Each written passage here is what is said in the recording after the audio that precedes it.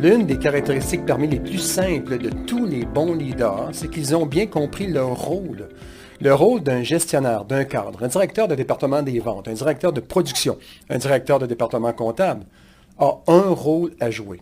Et c'est fascinant de voir quand vous leur posez la question, quel est ton but, quel est ton rôle, pas tes tâches, pas ce que tu as à faire, quel est ton rôle, pourquoi ton poste existe, de voir la quantité de confusion qui peut faire surface.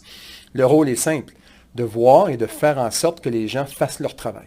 De voir et de faire en sorte que le département dont je suis en charge fonctionne bien. Quand on dit fonctionne bien, c'est qu'il faut que le département ne soit pas un tracas pour la haute direction. Il ne faut pas que le département soit un tracas, que ce soit un département de production, un département des ventes, un département de RH.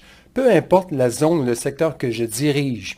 J'ai des tâches à faire, bien sûr, parce que je porte plusieurs chapeaux, mais mon rôle en tant que directeur, en tant que gestionnaire et en tant que superviseur d'un département, c'est de voir que les choses fonctionnent bien.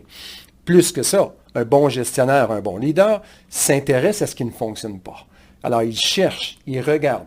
Il cherche toujours à améliorer les choses pour que ça fonctionne bien. En fait, un bon leader permet aux propriétaires et aux présidents de l'entreprise de pouvoir s'occuper du futur, de pouvoir planifier, de pouvoir prévoir l'avenir. En fait, les meilleurs gestionnaires permettent à leurs propriétaires de pouvoir se dégager, de respirer et de ne pas avoir de tracas.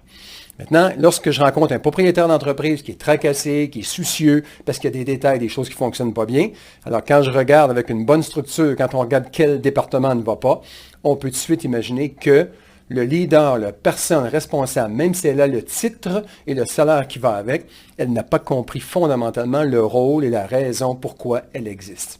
Le rôle d'un bon leader gestionnaire, c'est de voir et de faire en sorte que le secteur dont on m'a donné, dont je suis en charge, fonctionne parfaitement bien. Et encore une fois, c'est fascinant de voir lorsqu'on pose la question à nos gestionnaires, de voir comment ils sont confus.